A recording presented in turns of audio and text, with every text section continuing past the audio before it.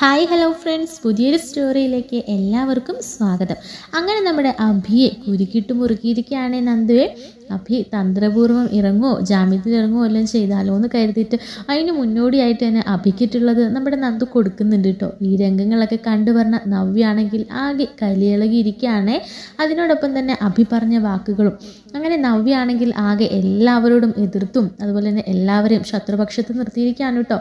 തൻ്റെ ഭർത്താവ് ചെറിയൊരു തെറ്റ് ചെയ്തിട്ട് ഇങ്ങനെ തൻ്റെ ഭർത്താവിനെ ക്രൂശിക്കുന്നത് കൊണ്ട് തന്നെ എല്ലാവർക്കും എതിരെ തിരിഞ്ഞു നിൽക്കുകയാണ് നവ്യയെ. അങ്ങനെ ആദർശേട്ടൻ ചെയ്ത തെറ്റുകൾ ആരും കണക്കാക്കണില്ല, ആദർശേട്ടനെ തലയ്ക്ക് മേളിൽ പൊക്കി വെച്ചിരിക്കുകയാണല്ലോ. ആ ഒരു ചിന്താഗതിയും കൂടെ നവ്യക്കുള്ളത് കൊണ്ട് തന്നെ അഭിയെ എങ്ങനെയെങ്കിലും പുറത്ത് കൊണ്ടുവരണം, അഭിയെ തന്നോടൊപ്പം ചേർത്ത് നിർത്തണം എന്നുള്ള ചിന്തയിലായിരിക്കും കേട്ടോ നവ്യ. അങ്ങനെ നവ്യ ആണെങ്കിൽ ആകെ സങ്കടത്തിൽ നിൽക്കുകയാണ്. എല്ലാവരും തകർക്കണം, എല്ലാവരുടെയും നാശം കാണണം എന്നൊരു ലക്ഷ്യം മാത്രമേ ഇപ്പോൾ നവ്യയുടെ മുൻപിൽ ഉണ്ടായിരിക്കുകയുള്ളൂ കേട്ടോ. അങ്ങനെ ഇരിക്കുന്ന സമയത്തായിരിക്കും ജലജയാണെങ്കിൽ അഭിയെ കാണാൻ പോവുകയാണ് കേട്ടോ. അഭി പറയുന്നുണ്ട്, എനിക്ക് നല്ല തല്ല് കിട്ടിയ അമ്മ, എന്നെ അവൾ ശരിയാക്കുന്നുണ്ട്, അവളുടെ വൈരാഗ്യം മുഴുവൻ എനിക്കിട്ട് തീർക്കുന്നുണ്ട് അമ്മ എന്നൊക്കെ പറയുന്നുണ്ട് കേട്ടോ. അങ്ങനെ ജലജയ്ക്കും വാശിയേറുകയാണ്. എല്ലാവരും തനിക്കും തൻ്റെ മകനും എതിരെ നിൽക്കുന്നത് ജലജയ്ക്ക് അത്രയ്ക്ക് അങ്ങോട്ട് പിടിക്കണില്ല കേട്ടോ. എല്ലാം കൈവിട്ടു പോകുകയാണല്ലോ ഈശ്വര എന്നുള്ള ഭയം കൂടെ ജലജയ്ക്കുണ്ട്. അങ്ങനെ ജലജ അഭിയെ കാണുമ്പോൾ അഭി പറയുന്നുണ്ട്, ഇനിയിപ്പോൾ നമ്മൾ എന്ത് ചെയ്തിട്ടും ഒരു കാര്യമില്ലാമേ, അമ്മ നവ്യനെ ചൂട് പിടിപ്പിക്കണം, അവളെ കൊണ്ട് ആ കുടുംബം കുട്ടിച്ചോറാക്കിപ്പിക്കണം. അവൾ വിചാരിച്ചാൽ ഇനി എന്തെങ്കിലുമൊക്കെ നടക്കുകയുള്ളൂ. നമ്മുടെ അനന്തപുരി തറവാടൊന്ന് കുലുങ്ങണമെങ്കിൽ അത് നയനയ്ക്കോ അല്ലെങ്കിൽ ആദർശനോ എന്തെങ്കിലും ഒന്ന് സംഭവിക്കണം, എന്നാലേ അവിടെ ഒരു ചലനമെങ്കിലും സംഭവിക്കുകയുള്ളൂ. അതുകൊണ്ട് നവ്യനെ മുൻനിർത്തി അമ്മ എന്തെങ്കിലുമൊക്കെ കളികൾ കളിക്കണം. ഇനി എൻ്റെ ശിഷ്ടകാലം ഞാൻ ഇവിടെ തന്നെ ജീവിച്ചു പോകുന്ന എനിക്ക് തോന്നുന്നത്. അതുകൊണ്ട് അമ്മ എന്തെങ്കിലുമൊക്കെ ചെയ്ത് ആ കുടുംബം കുട്ടിച്ചോറാക്കണം, എന്നിട്ട് എന്നെ പുറത്ത് കൊണ്ടുവരണം, അമ്മ ഇങ്ങനെ നിൽക്കില്ലമ്മേ എന്നൊക്കെ പറഞ്ഞിട്ട് അഭി ഇങ്ങനെ പറയുന്നുണ്ട് കേട്ടോ. അങ്ങനെ ജലജ പറയുന്നുണ്ട്, മോനെ നിന്നെ ഈ അവസ്ഥയിൽ കാണാൻ പറ്റുമെന്ന് ഞാൻ ചിന്തിച്ചിട്ട് പോലില്ല. സാരമില്ല മോനെ, എല്ലാം ഒരു ദിവസം നമ്മുടെ മേൽ തിരിയുന്നൊരു ദിവസം വരും, നമുക്ക് അനുകൂലമായിട്ടൊരു ദിവസം വരും. അതിനുള്ള നീ പറഞ്ഞതുപോലെ തന്നെ നവ്യനെ ഞാൻ എന്തായാലും അവർക്കെതിരെ നിർത്തിക്കൊള്ളാം. ഇപ്പം തന്നെ നവ്യ എല്ലാം കണ്ടിട്ട് ആകെ കലിയിളകി നിൽക്കുക. അതുകൊണ്ട് തന്നെ നവ്യ ആണെങ്കിൽ എന്തെങ്കിലുമൊക്കെ പണി കൊടുത്തോളും. അവളുടെ സ്വന്തം ചേച്ചിക്കിട്ടാകുമ്പോഴത്തേക്കിനും അവളായതുകൊണ്ട് പിന്നെ ആർക്കും ഒന്നും ചെയ്യാൻ കഴിയില്ലല്ലോ. അതുകൊണ്ട് അവളെ മുൻനിർത്തി തന്നെ ആ കുടുംബത്തിൻ്റെ അടിവേര് ഞാൻ ഇളക്കും എന്നൊക്കെ പറയാനിട്ടോ. എൻ്റെ മോൻ്റെ ഈ ഒരു അവസ്ഥയ്ക്ക് കാരണക്കാരായ എല്ലാവരെയും ഞാനൊരു പാഠം പഠിപ്പിക്കുന്നുണ്ട് എന്നൊക്കെ പറഞ്ഞിട്ട് വെല്ലുവിളിച്ചിട്ടായിരിക്കും ജലജ അവിടെ നിന്നും പോകുന്നത്. അങ്ങനെ നവ്യാണെങ്കിൽ ആകെ സങ്കടത്തിലാണ് കേട്ടോ. ആദർശേട്ടൻ എന്തൊക്കെ ചെയ്തു അതൊന്നും ആർക്കും ഒരു വിഷയമില്ല, ഇതിലും വലിയ തെറ്റുകൾ. എന്നിട്ട് ആ കുഞ്ഞിനെ താലോലിക്കുന്നതല്ലാതെ ഒരു ഒരു ഒരു കുഴപ്പം ആർക്കും ഇല്ല. പക്ഷെ എൻ്റെ അഭി ആണെങ്കിൽ ഈ ഒരു ചെറിയ തെറ്റ് ചെയ്തതിന് അഭിനെ കോടതി കയറ്റുന്നു, പോലീസ് സ്റ്റേഷനിൽ ഇട്ടേക്കുന്നു, അടിക്കുന്നു. എന്നിട്ട് പോലും ആർക്കും ഒരു സങ്കടവും ഇല്ല. അഭിക്കൊരു കുഞ്ഞുണ്ടെന്ന് പോലും ആരും കരുതുന്നില്ല. എന്തൊരു കുടുംബമാണിത് എന്നൊക്കെ പറഞ്ഞിട്ട് നവ്യ ആകെ സങ്കടപ്പെടുകയാണ് കേട്ടോ. ഈ സമയത്ത് നവ്യനെ ആശ്വസിപ്പിക്കാനൊക്കെ പറഞ്ഞിട്ടുണ്ടേ. അപ്പോൾ നവ്യ പൊട്ടിത്തെറിക്കുകയാണ് കേട്ടോ. തൻ്റെ ഉള്ളിൽ അടക്കി വെച്ചിരിക്കുന്ന ആ ഒരു ബോംബ് പൊട്ടിത്തെറിക്കുകയാണ്. ഈ സമയത്ത് നയനയ്ക്ക് കണക്കിന് കിട്ടുന്നുണ്ടേ. നയന മറുത്തൊന്നും പറയണില്ല, അങ്ങനെ പോകുകയാണ് കേട്ടോ. അങ്ങനെ ഇരിക്കുന്ന സമയത്തായിരിക്കും നയനനെ എല്ലാവരും ശുശ്രൂഷിക്കുന്നതും ഒക്കെ കാണുകയാണ് കേട്ടോ. അതായത് നയനയ്ക്ക് ജ്യൂസ് കൊടുക്കുന്നു, നയനയ്ക്കുള്ള ഇഷ്ടമുള്ള ഭക്ഷണങ്ങൾ ഉണ്ടാക്കി കൊടുക്കുന്നു. അങ്ങനെ നയനനെ കെയർ ചെയ്യാൻ കേട്ടോ എല്ലാവരും.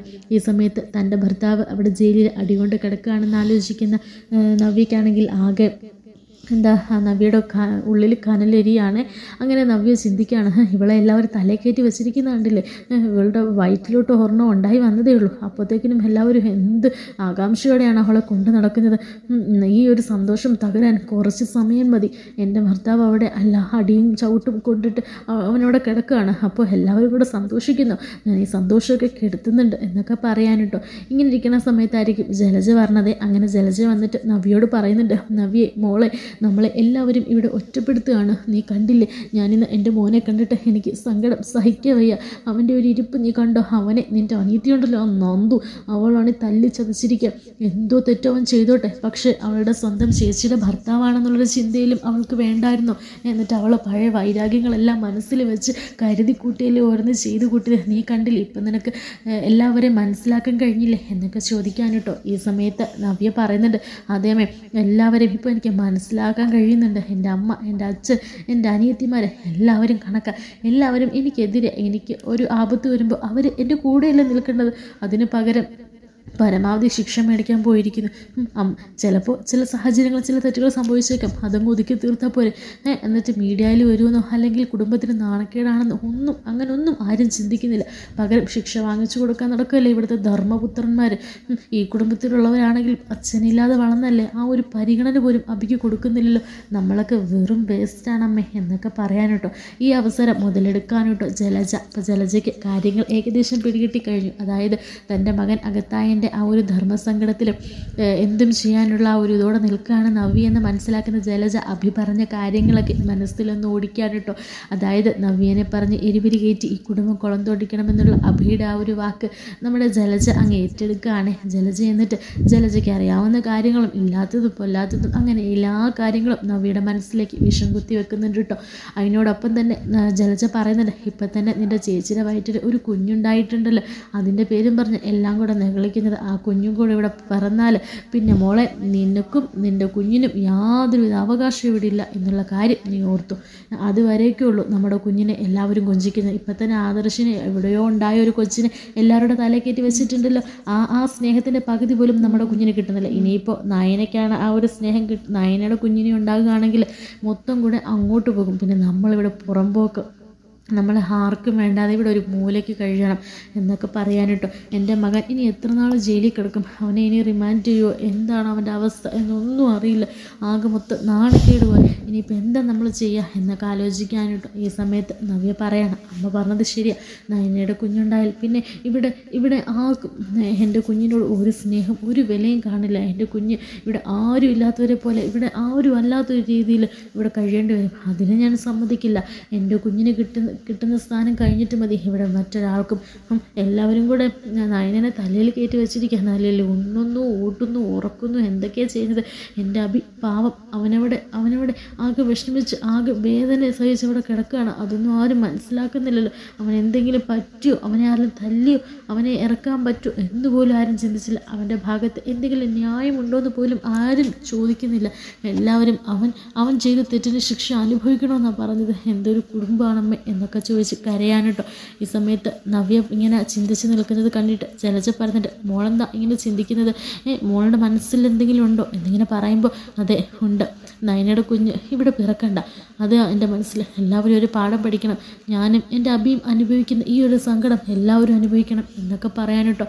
ഉടനെ ജലജയുടെ മനസ്സിൽ കിളിപാറുകയാണ്. ജലജ ആഗ്രഹിച്ച് വന്നത് തന്നെ നവ്യ ഇങ്ങോട്ട് പറഞ്ഞിരിക്കുന്നു.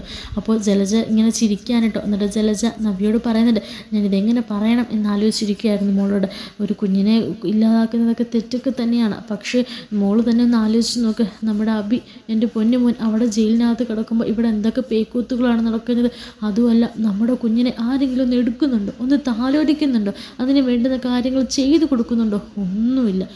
എന്നിട്ട് എവിടുന്ന് വലിഞ്ഞു കയറി വന്ന അവിഹിതത്തിലുണ്ടായ ഒരു പെങ്കൊച്ചിനടുത്ത് തലേക്കേറ്റി വെച്ചിരിക്കുക. ഇനി പോരാഞ്ഞിട്ട് വേറൊരെണ്ണം കൂടെ ഉണ്ടാകാൻ പോകുന്നു.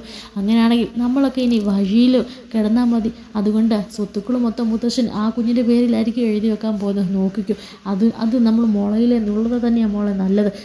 ഈ കാര്യങ്ങൾ ഞാൻ മോളോട് എങ്ങനെ പറയും എന്നാലോചിച്ചിരിക്കുകയായിരുന്നു. അതിനുള്ള പണി മോള് തന്നെ നോക്കിക്കോ എന്നൊക്കെ പറയാനിട്ട് ഉടനെ നവ്യ പറയുന്നുണ്ട്, ആമേ ഞാൻ എങ്ങനെയെങ്കിലും ആ കുഞ്ഞിനെ ഈ ഭൂമിയിലേക്ക് കൊണ്ടുവരാൻ ഞാൻ അനുവദിക്കില്ല. ഇന്ന് ഞാനും എൻ്റെ അഭിയും അനുഭവിച്ച ദുഃഖം അവരും അനുഭവിക്കണം എന്നൊക്കെ പറയാനിട്ടോ. അതെല്ലാം കഴിഞ്ഞിട്ട് ജലജ അങ്ങനെ പോകുകയാണ്. അങ്ങനെ ജലജ വാതിക്കലിൻ്റെ അവിടെ ചെന്നിട്ട് നവ്യനെ ഒന്ന് തിരിഞ്ഞു നോക്കുന്നുണ്ട് കേട്ടോ. നവ്യയുടെ കണ്ണുകളിൽ ആ ഒരു തീജ്വാല ജ്വലിക്കുന്നത് ജലജയ്ക്ക് കാണാതെ നവ്യ ദേഷ്യത്തോടെ അങ്ങനെ നിൽക്കുന്നത് കണ്ട് ജലജ പൊട്ടിച്ചിരിക്കുന്നുണ്ട് കേട്ടോ.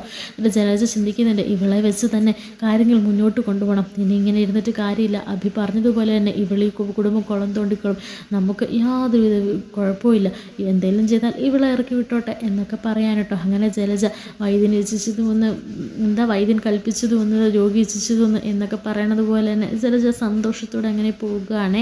പിന്നീട് കാണിക്കുന്നത് നവ്യ മാസ്റ്റർ പ്ലാനിങ് ആണ് കേട്ടോ. മറുവശത്ത് അഭിയാണെങ്കിൽ ജയിലിൽ കിടക്കുന്നല്ലോ എന്നോർത്ത് ആകെ സങ്കടത്തിൽ നിൽക്കുമായിരിക്കും കേട്ടോ. വീട്ടിലാണെങ്കിൽ എല്ലാവരും നയനനെ തലയിൽ കയറ്റി വെച്ചിരിക്കുന്ന കണ്ടിട്ട് ദേഷ്യം സഹിക്കാൻ വയ്യാതെ നിൽക്കുമായിരിക്കും നവ്യ. അങ്ങനെ ഇരിക്കുമ്പോഴായിരിക്കും നമ്മുടെ ദേവയാനയാണെങ്കിൽ കിച്ചണിൽ പോയിട്ട് നവ്യക്കുള്ള ഷേക്കൊക്കെ ഉണ്ടാക്കുകയാണ്. അങ്ങനെ ആ ഷേക്കൊക്കെ ഉണ്ടാക്കി വെക്കുമ്പോഴായിരിക്കും പെട്ടെന്ന് നമ്മുടെ ആദർശിൻ്റെ അച്ഛൻ വിളിക്കുകയാണ്, ദേവയാനിനെ ഓഫീസിലേക്ക് പോവുകയാണ്. അതിന് മുന്നോടിയായിട്ട് വിളിക്കുകയാണേ, ഇത് പറഞ്ഞു എന്ന് പറഞ്ഞിട്ട് ദേവയാനി അങ്ങോട്ടേക്ക് പോവുകയാണ് കേട്ടോ. ഈ സമയം കറക്റ്റ് നവ്യ അങ്ങോട്ടേക്ക് ചെല്ലുന്നുണ്ടായിരിക്കും കേട്ടോ. അങ്ങനെ ആ ജ്യൂസ് എടുത്തിങ്ങനെ നോക്കുന്നുണ്ട്. ജ്യൂസ് നോക്കുമ്പോഴത്തേക്കിന് ഇത് നയനയ്ക്കായിരിക്കും. അവളെ എല്ലാവരും കൂടി ഇപ്പം ഊട്ടി ഉറക്കുമല്ലേ, കൊടുക്ക് ജ്യൂസൊക്കെ കൊടുക്ക്, എൻ്റെ അബി അവിടെ എങ്ങനെയാണെന്ന് എനിക്ക് മാത്രമേ അറിയുള്ളൂ. എല്ലാവരും പിറക്കാതിരിക്കുന്ന കുഞ്ഞിന് വേണ്ടി എന്തൊക്കെ ചെയ്യുന്നു, എൻ്റെ കുഞ്ഞ് ഇവിടെ കിടന്ന് കരഞ്ഞാൽ പോലും ഒന്ന് തിരിഞ്ഞു നോക്കാൻ ഇവിടെ ആരുമില്ല എന്നൊക്കെ പറഞ്ഞിട്ട് ആ ജ്യൂസിലേക്ക് ഇങ്ങനെ നോക്കി നിൽക്കാനുണ്ടോ. എന്നിട്ടിങ്ങനെ ചിന്തിക്കുന്നുണ്ട്, ഈ ജ്യൂസ് കൊണ്ട് ഇന്നെല്ലാം ഇവിടെ കലങ്ങി തെളിയണം എന്ന് പറഞ്ഞിട്ട് ആ ജ്യൂസ് അവിടെ വെക്കുകയാണേ. ശേഷം നവ്യയുടെ കയ്യിൽ ഒരു പോയിസൺ ഉണ്ടായിരിക്കും കേട്ടോ. അതുകൊണ്ടായിരിക്കും നവ്യ കിച്ചണിലേക്ക് വന്നത്. അങ്ങനെ ആ ഒരു പോയിസൺ എടുക്കാൻ കേട്ടോ, എടുത്തിട്ട് 2 തുള്ളി ഇങ്ങനെ ഇറ്റിക്കാൻ കേട്ടോ. അങ്ങനെ ഇറ്റിക്കുമ്പോഴും നവ്യയുടെ മനസ്സൊന്ന് പെടയുന്നുണ്ട് കേട്ടോ. എന്തൊക്കെ കാര്യങ്ങൾ പറഞ്ഞാലും അത് നവ്യയുടെ അനിയത്തിയല്ലേ, അതുകൊണ്ട് തന്നെ നവ്യയ്ക്ക് വല്ലാത്ത സങ്കടമുണ്ട്. പക്ഷേ നവ്യ ഇങ്ങനെ പറയുന്നുണ്ട്, ഇതൊക്കെ എന്നെക്കൊണ്ട് ചെയ്യിക്കുന്നത് നീ തന്നെയല്ലേ, നീ എൻ്റെ കൂടെ നിൽക്കേണ്ടതിന് പകരം എല്ലാവരുടെ ഒപ്പം ചേർന്ന് എന്നെ നീ വഞ്ചിക്കുകയും ചതിക്കുകയും ഒക്കെയല്ലേ, എന്നെ പുറന്തള്ളില്ല, അതുകൊണ്ടാണ് എന്ന് പറഞ്ഞിട്ട് നവ്യ സങ്കടത്തോടു കൂടിയാണെങ്കിലും ആ ഒരു പോയിസണിൻ്റെ തുള്ളികൾ ആ ജ്യൂസിലേക്ക് ഇറ്റിക്കാനായിട്ട് പെട്ടെന്ന് ദേവയാനിയുടെ സൗണ്ട് കേൾക്കുമ്പോൾ പെട്ടെന്ന് അത് ഇളക്കി അവിടെ വെച്ചിട്ട് അങ്ങനെ പോകുമായിരിക്കേ നവ്യയെ. അങ്ങനെ ഇരിക്കുന്ന സമയത്തായിരിക്കും ദേവയാനി പെട്ടെന്ന് അവിടേക്ക് വരികയാണ്. അങ്ങനെ ജ്യൂസ് താൻ വെച്ച സ്ഥലത്തല്ലായിരിക്കും, സ്ഥാനം മാറിയിരിക്കുന്നത് കണ്ടിട്ട് ദേവയാനി ഇങ്ങനെ ഒന്ന് ജ്യൂസ് എടുത്ത് നോക്കിയിട്ട് ഇങ്ങനെ ഒന്ന് ചിന്തിക്കുന്നുണ്ട് കേട്ടോ. ആരെ ഇപ്പോൾ ഇതെടുത്ത് ഇങ്ങോട്ടേക്ക് മാറ്റി വെച്ചേ, ഞാൻ ഇവിടെ വെച്ചിട്ടല്ലേ പോയത്, സ്പൂണും ഇരിപ്പുണ്ടല്ലോ എന്നിങ്ങനെ ആലോചിച്ച് ഇവിടെ ആരെങ്കിലും വന്നിരുന്നോ എന്നൊക്കെ ഇങ്ങനെ ചുറ്റും നോക്കുന്നുണ്ട് കേട്ടോ. ഇവിടെ ആര് വരാനാ, ചിലപ്പോൾ എനിക്ക് തോന്നിയതായിരിക്കും എന്ന് പറഞ്ഞിട്ട് ദേവയാനി ആ ജ്യൂസ് എടുത്തുകൊണ്ട് പോകുകയാണ് കേട്ടോ. അപ്പോൾ നവ്യ പിന്നിൽ തന്നെ നിന്നിട്ട് അതെല്ലാം വാച്ച് ചെയ്യുന്നിട്ട് ദേവയാനി കൊണ്ടുപോകുന്നതും കൊടുക്കുന്നതൊക്കെ ഇങ്ങനെ കാണാനുള്ള ആകാംക്ഷയോടെ അങ്ങനെ നിൽക്കുകയാണേ.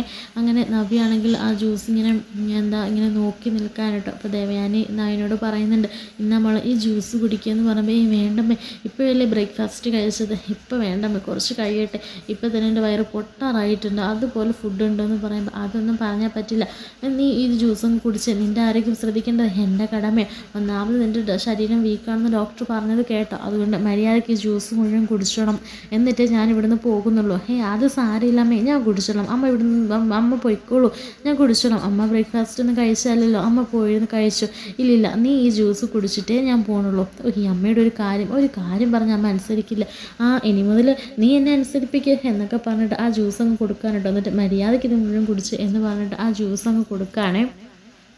അങ്ങനെ ജ്യൂസ് കുടിക്കാൻ കേട്ടോ നയന ഇതൊക്കെ കണ്ടുകൊണ്ട് അങ്ങനെ നിൽക്കാതിരിക്കും കേട്ടോ നവ്യ ആണെങ്കിൽ. എന്നിട്ട് മനസ്സിൽ നവ്യയ്ക്ക് വല്ലാത്തൊരു സങ്കടവും ഒരു കുറ്റബോധം തോന്നുന്നുണ്ടെങ്കിലും പിന്നെ ഓരോ കാര്യങ്ങൾ ചിന്തിക്കുമ്പോൾ നവ്യ ഇത് അനിവാര്യമാണെന്ന് തന്നെ തോന്നുകയാണ് കേട്ടോ. എന്നിട്ട് നവ്യ ഇങ്ങനെ ചങ്കിൽ ഇങ്ങനെ കൈവച്ചിട്ട് എൻ്റെ ഈശ്വര ഇനി എന്തൊക്കെയായിരിക്കും സംഭവിക്കാൻ പോകുന്നത് എന്നൊക്കെ ഇങ്ങനെ ആലോചിച്ച് നിൽക്കുന്ന നവ്യനെ കാണിക്കുന്നുണ്ട് കേട്ടോ.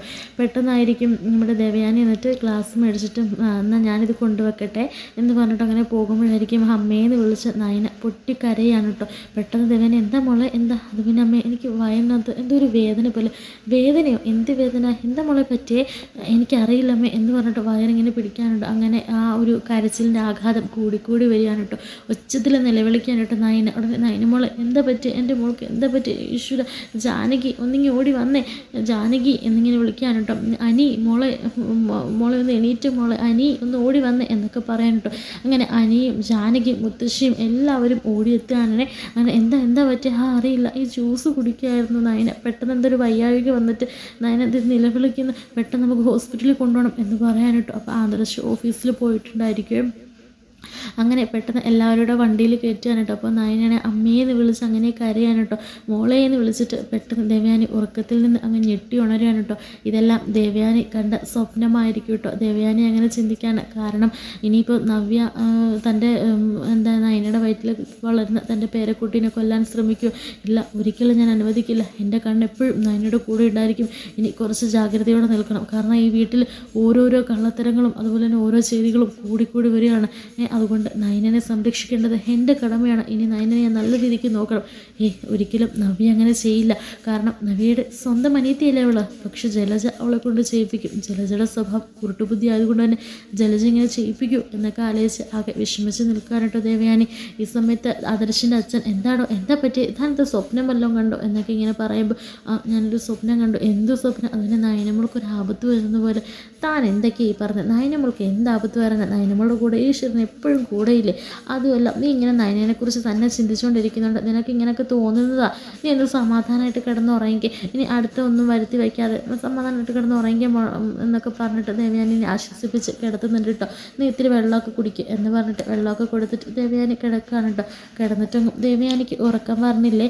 ദേവയാനിയുടെ മനസ്സിൽ നിറയെ നയനയെക്കുറിച്ചുള്ള ചിന്തകളായിരിക്കും കേട്ടോ. നയനയ്ക്ക് എന്തെങ്കിലും സംഭവിക്കുമോ, തൻ്റെ പേരക്കുട്ടിക്ക് എന്തെങ്കിലും സംഭവിക്കുമോ, അവരെ കയ്യിൽ കിട്ടുമോ എന്നൊക്കെ ഇങ്ങനെ ആലോചിച്ച് ആകെ വിഷമിച്ച് നിൽക്കുന്ന ദേവയാനിനെയാണ് കേട്ടോ കാണിക്കുന്നത്.